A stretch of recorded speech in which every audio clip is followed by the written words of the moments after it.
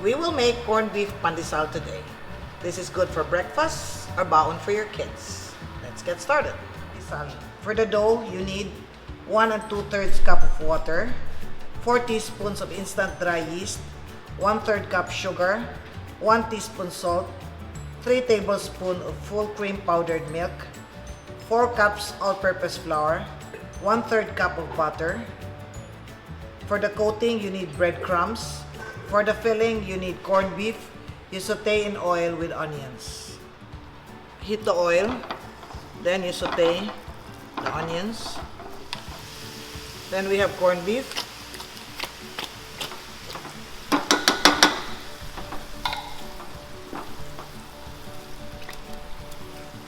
I'm using 2 cans, but you might not be able to use all of them. You might have a little extra. To extend the corned beef, you can also add some eggs, or you can add some boiled potatoes, or you can leave it as it is. I will just dry it up just a little bit. Okay. So let's leave this and come back to this later while we mix the dough. I have here water. If you live in a cold country, use lukewarm water. But since I'm in Cebu, I just use tap water. And then you have yeast. Since I'm using instant dry yeast, you will see immediately that the yeast is active because you see bubbles, okay? If you're using active dry yeast, not the instant kind, you need to wait for about 15 minutes before the yeast mixture bubbles up and looks like beer, okay? And then next, I add powdered milk, I add sugar, I add flour. I will put the salt on top of the flour.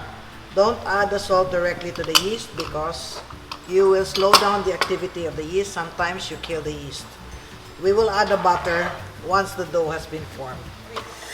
You will see the liquid ingredients picking up the flour. Once it forms a dough, then we can add butter. And then after that, we continue to mix for another 6 to 8 minutes. So here you can see, it has picked up the flour. So a dough has been formed. So we add this.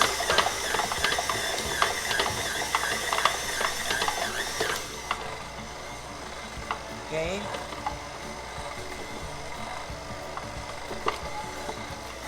Okay.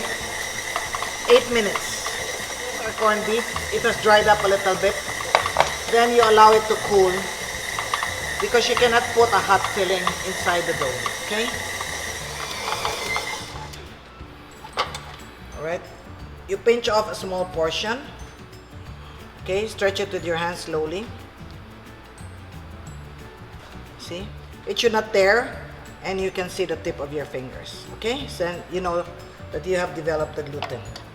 Alright, so you prepare a bowl, you put oil. Okay, you form it into a smooth ball. And then turn it over so you have oil in the bottom and oil on top.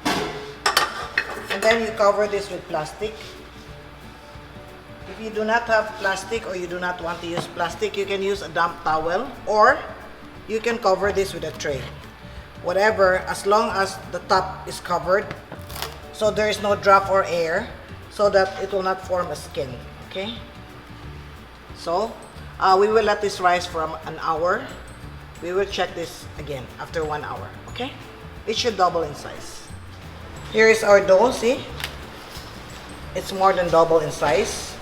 So let's take this out of the bowl, flatten this to release the air, and then we will weigh them into, I'll do 25. Okay. What you do next is you form them into a smooth ball like this. Okay. Or you can do it this way.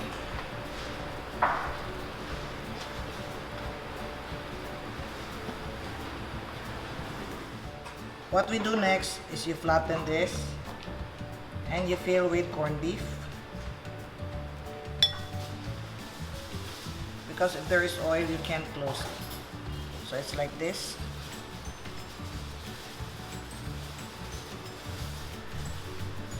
Okay.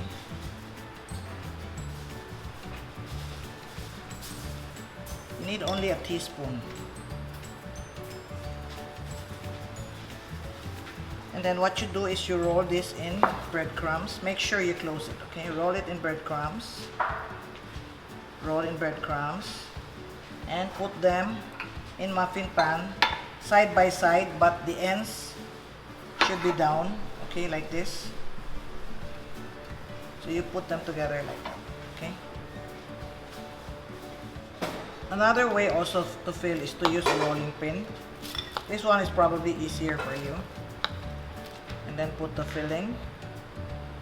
And then bring it up. This one, at least the oil is not very near the ends. Okay. This is our corned beef pan de sal. We have already filled them, put them in the pans. We will let this rise for about 30 to 45 minutes. I will bring this back to show you before I put this in the oven. Okay. Here's our corned beef pan de sal. See, it's double in bulk. We will bake this at 340 degrees for about 15 minutes. I have many recipes to share with you. If you're interested, please like, share, subscribe, and click the notification bell so you can be alerted when a new video is uploaded.